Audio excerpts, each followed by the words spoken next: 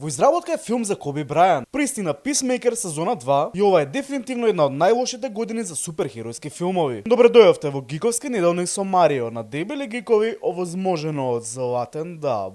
Интересен прв податок е што Netflix ќе започне да ви предлага што да гледате според вашиот хороскопски знак. Пример за Водолија е Stranger Things, за Шкорпија You, Јарец Suits, Вага Peaky Blinders, Девица Queen's Gambit и се останато. Официјално Warner Bros прават филм за Коби Брајан, кој што ги следи годините тој пред да биде драфтет во NBA. Серијата Blade Runner 2099 ќе излезе следната година на Amazon Prime, иако нема точна дата кога би било тоа. Крейг Мейзин во серијата Last of Us изјави дека третата сезона од серијата ќе биде многу подолга од сите и снимањето ќе започне уште пред да се напишат сите сценарија. Дали ова мирисе сега маце ќе имаме лош крај за серијата? Тоа ќе биде зезнато. Маргот Роби изјави дека никој не ја викнал повторно да ја представи улогата на Харли Куин. Актерката изјави дека ова е една од нејзините најомилени улоги и сака да ја игра уште многу долго, но сепак за све што и да се спрема во иднина не е повикана за ништо. Дали Маргот Роби може би прави некој тизери ќе спрема нешто баш интересно, па сега кажува дека никој не ја викнал? Спајдермен костимот на Тоби Магуајер, специфично тој што беше у вториот дел, оди на аукција за неколку дена и аукцијата ви започнала за $50,000.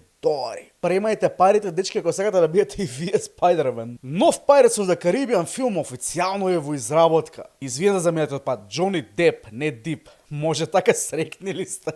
Според статистики, оваа 2025 е една од најлошите години за суперхеројски филмови. До сега, иако излегува 4 филмови како Fantastic Four, Супермен, новиот Captain America, Thunderbolts, никој од овие филмови не успеа да заработи повише од $600 милиони во Worldwide Box Office. Да, $600 милиони е стварно сериозна бројка, но сепак за суперхеројски филмови од овој ранг се смета за малце така по-фейл од филм. Нормално дека има суперхеројски филмови што има заработено и помалце од ова, но сепак треба студијата го што се Marvel и DC да видат што ќе прават во иднина со следните проекти, доколку овие големи проекти им заработуваат само $600 милиони. Пак ќе кажам, Холивуд $600 милиони за суперхеројски филм е многу малку, пазете. И како за крај се одржа Gamescom, иако немаме толку време да збориме во детали све што се случуваше, но еве неколку работи што оставија впечаток. Resident Evil 9, нова Lego Batman игра, Warhammer 40K Dawn of War 4, нормално изненадувањето за крај, нова Black Myth игра, фала Богу више, Hollow Knight Silksong, 4 септември, имаме дата. И како секоја недела, дечки, знаете како се завршува неделата и викендот,